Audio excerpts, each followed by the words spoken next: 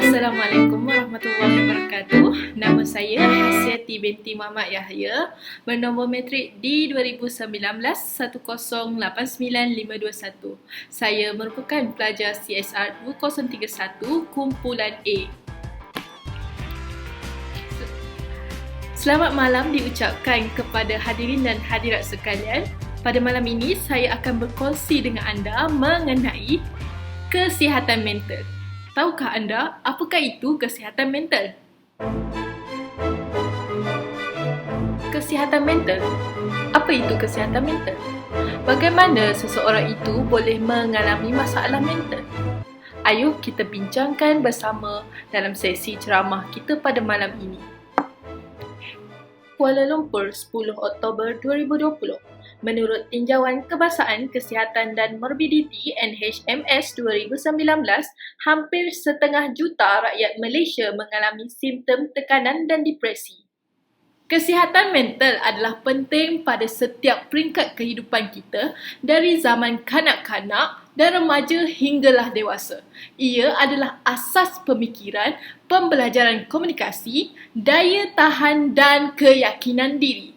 Jika seseorang itu mempunyai kesihatan mental yang lemah, maka dia mudah merasa terisolasi daripada komuniti dan dia tidak akan mudah untuk melakukan kerja-kerja harian kerana dia akan merasa resah dan tidak yakin kepada diri sendiri. Saudara dan saudari sekalian, kesihatan mental merakumi kesejahteraan emosi, psikologi dan sosial kita. Ia mempengaruhi bagaimana kita berfikir, merasa dan bertindak. Menurut Pertubuhan Kesihatan Sedunia (WHO), kesihatan mental adalah keadaan kesejahteraan di mana individu menyedari keupayaan sendiri, dapat mengatasi tekanan normal kehidupan, dapat bekerja dengan produktif dan bermanfaat dan mampu memberi sumbangan kepada komuniti. Saudara dan saudari sekalian, terdapat beberapa mitos yang sering disebut-sebut oleh masyarakat pada masa kini. Antaranya adalah masalah kesihatan mental jarang berlaku. Tidak, saudara dan saudari sekalian. 1 daripada 4 orang di dunia terjejas dengan kecelaruan mental atau neurologi pada satu-satu ketika dalam kehidupan mereka. Jadi, bagaimana mereka boleh berkata masalah kesihatan mental ini jarang berlaku, sedangkan faktanya adalah ia sering berlaku di dalam masyarakat kita. Mitos yang kedua adalah kecelaruan mental hanya dihadapi oleh orang dewasa sahaja. Ini juga tidak benar kerana kira-kira separuh daripada masalah kecelaruan mental bermula sebelum usia 14 tahun lagi. Yang ketiga adalah kecelaruan mental tidak memberi kesan kepada kesihatan fizikal. Tidak. Kecelaruan mental meningkatkan risiko terhadap penyakit lain seperti penyakit kardiovaskular, diabetes dan sebagainya. Saudara dan saudari sekalian, kesihatan mental mampu mempengaruhi kesihatan fizikal, kualiti kehidupan dan produktiviti seseorang. Apakah yang mempengaruhi kesihatan mental ini? Antaranya adalah cara dan corak asuhan seseorang, tahap pendidikan, agama dan budaya hidup, pengaruh persekitaran seperti rakan sebaya dan guru-guru, keistimewaan, kelemahan dan pencapaian seseorang dan kesihatan fizikal.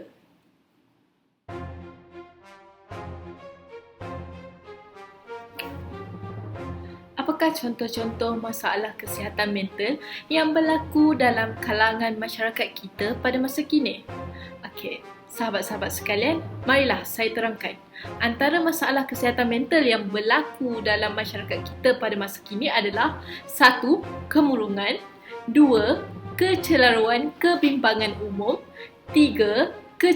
Kecelaruan panik, yang keempat, kecelaruan obsesif kompulsif, 5. Kecelaruan stres selepas trauma dan gangguan tidur. Saudara-saudari sekalian, apakah yang menyebabkan penyakit mental? Terdapat beberapa faktor yang menyebabkan berlakunya penyakit mental terhadap seseorang. Pertama adalah pengalaman hidup yang teruk seperti trauma atau sejarah penyalahgunaan seperti penderaan kanak-kanak dan serangan seksual ke atas seseorang. Yang kedua adalah pengalaman yang berkaitan dengan penyakit perubatan kronik yang berterusan seperti strok, kanser atau kencing manis. Yang ketiga adalah faktor biologi seperti genetik atau ketidakseimbangan kimia di dalam otak seseorang.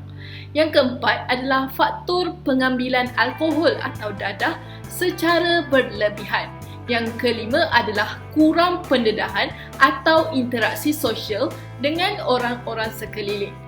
Yang keenam adalah mempunyai perasaan kesepian dan pengasingan dalam diri. Dan yang terakhir adalah sejarah keluarga yang mempunyai masalah kesihatan mental. Faktor-faktor inilah telah menyebabkannya berlaku penyakit mental dalam kalangan rakyat di negara kita.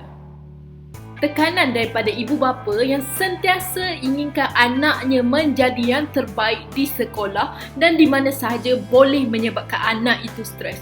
Contohnya saya bagi situasi. Seorang ibu yang mempunyai seorang anak dan dia sanggup melakukan apa sahaja asalkan anaknya boleh menjadi yang pertama.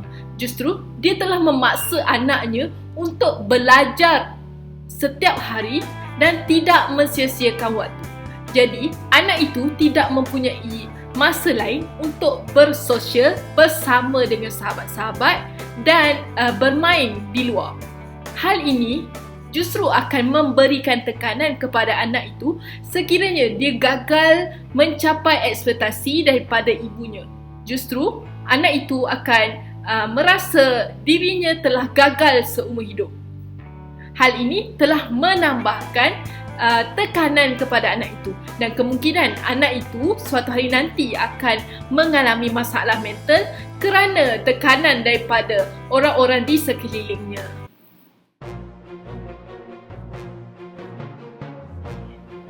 Seseorang yang mengalami masalah mental akan berfikiran celaru dan berasa takut untuk berhadapan dengan realiti. Kenapa mereka perlu merasa takut? Mereka merasa takut kerana mereka rasa mereka akan dipersalahkan dengan apa yang mereka akan lakukan. Dan mereka pun bercelaru dengan keputusan mereka. Jadi, mereka susah untuk bergaul dalam komuniti dengan keadaan sebegini. Jika anda tidak pasti sama ada diri anda ataupun orang-orang di sekeliling anda mengalami masalah mental, anda boleh mengesannya daripada tanda-tanda awal ini. Antaranya adalah seseorang itu akan makan dan tidur terlampau sedikit ataupun terlebih. Pelik kan? Okey, yang kedua, seseorang itu tidak akan melakukan aktiviti yang dia suka. Contohnya, seseorang itu suka bermain muzik.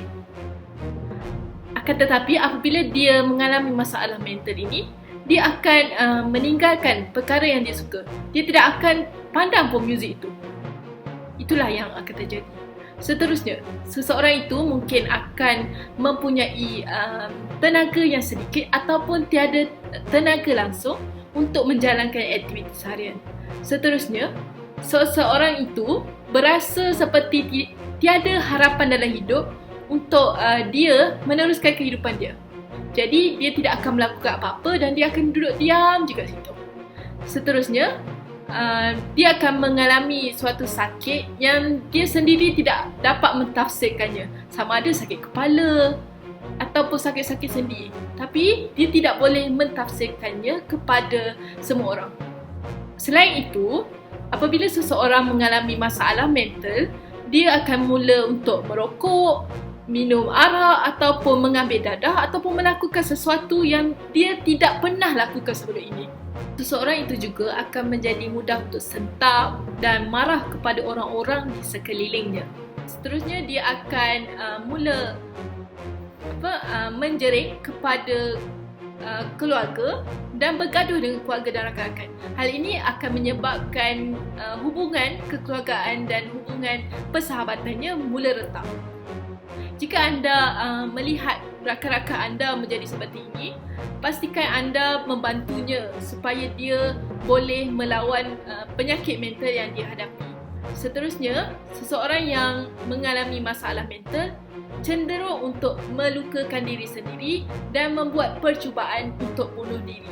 Jadi, anda mesti berusaha untuk selamatkannya supaya dia tidak melakukan ini, kerana apabila dia cuba melukakan diri sendiri, contohnya dia mengambil pisau dan cuba melukakan tangan dia, takut-takut dia terpotong nadinya. Hal ini akan menyebabkan kematian terus.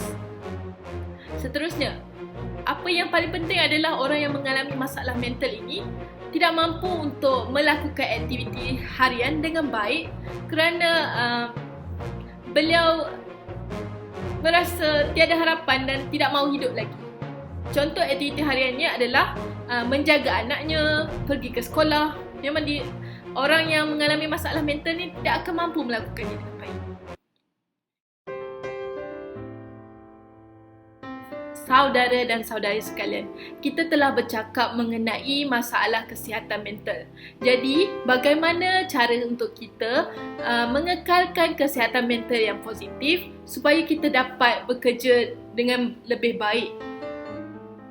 Jadi, antara cara-cara yang saya sarankan kepada anda adalah anda mesti mendapatkan khidmat profesional sekiranya anda mengalami masalah mental.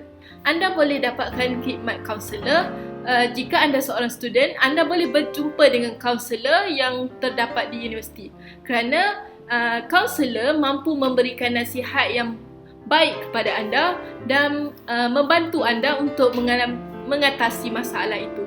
Jika masalah ini berlarutan, anda boleh bertemu dengan pakar psikologi di hospital dan mendapatkan preskripsi ubatlah. Seterusnya, anda mestilah sentiasa bersosial dengan rakan-rakan kerana apabila kita bertemu dengan orang luar, maka kita akan, bila kita bercakap tu, boleh release stres. Seterusnya, kita kena stay positif. Kita kena cari cara untuk kita stay positif dan tidak berfikir yang tidak baiklah. Kita kena cari cara untuk kita berfikir positif. Seterusnya adalah kita mesti melakukan aktiviti fizikal dengan aktif. Contohnya kita pergi bersenam setiap minggu, berjoging pada setiap petang. Seterusnya, selain itu, kita mestilah mendapatkan tidur yang cukup. Kerana apabila kita tidak mendapat tidur yang cukup, kita tidak mampu berfikir dengan baik keesokan harinya. Tidur adalah sesuatu perkara yang penting, terutamanya untuk pelajar dan orang-orang yang bekerja. Kerana melalui tidur juga kita akan mendapatkan tenaga. Seterusnya adalah kita mesti develop coping skill, which is kita kena beradaptasi dengan kehidupan baru kita. Contohnya kita dari kampung, lepas tu kita ke bandar. So kita kena beradaptasi dengan cara hidup di bandar kerana orang yang hidup di bandar berbeza dengan orang yang hidup di kampung. Begitulah juga dengan situasi kelas online sekarang.